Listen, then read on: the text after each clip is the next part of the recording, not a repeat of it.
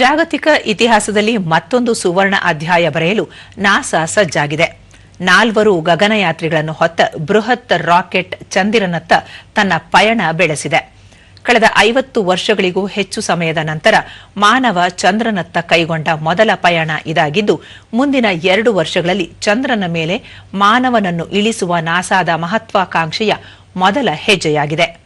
ಈ ಐತಿಹಾಸಿಕ ಆರ್ಟೆಮಿಸ್ 2 ಮಿಷನ್ನಲ್ಲಿ 3 ಅಮೆರಿಕನ್ನರು ಮತ್ತು 1 ಕೆನಡಿಯನ್ ಗಗನಯಾತ್ರಿಗಳನ್ನು ಒಳಗೊಂಡ ತಂಡವಿದ್ದು, ಬಾಹ್ಯಾಕಾಶ ಇತಿಹಾಸದಲ್ಲೇ ಇದೇ ಮೊದಲ ಬಾರಿಗೆ ಮಹಿಳೆ ಕ್ರಿಸ್ಟಿನಾ ಕೋಚ್, ಕಪ್ಪು ವರ್ಣೀಯ ಪೈಲಟ್ ವಿಕ್ಟರ್ ಗ್ಲೋವರ್ ಹಾಗೂ ಅಮೆರಿಕದ ಹೊರಗಿನ ವ್ಯಕ್ತಿಯಾಗಿ ಕೆನಡಾದ ಜೆರೆಮಿ ಹ್ಯಾನ್ಸನ್ ಅವರು ಕಮಾಂಡರ್ ರೀಡ್ ವೈಸ್ಮನ್ ನೇತೃತ್ವದಲ್ಲಿ ಚಂದ್ರನತ್ತ ಪಯಣ ಬೆಳೆಸಿದ್ದಾರೆ.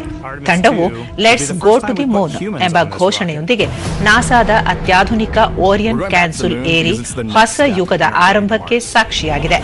ಫ್ಲೋರಿಡಾದ ಕೆನಡಿ ಸ್ಪೇಸ್ ಸೆಂಟರ್ನಿಂದ 32 ಅಂತಸ್ತಿನ ಎತ್ತರದ ಸ್ಪೇಸ್ ಲಾಂಚ್ ಸಿಸ್ಟಮ್ ರಾಕೆಟ್ ಹಾರುವ ದೃಶ್ಯದ ವೀಕ್ಷಣೆಗೆ 16,000 ಜನರು ಸಾಕ್ಷಿಯಾದರು. ಇದು 1960 ಮತ್ತು 70ರ ದಶಕದ ಅಪೋಲೋ ಮಿಷನ್ಗಳ ದಿನಗಳನ್ನು ನೆನಪಿಸುವಂತಿತ್ತು.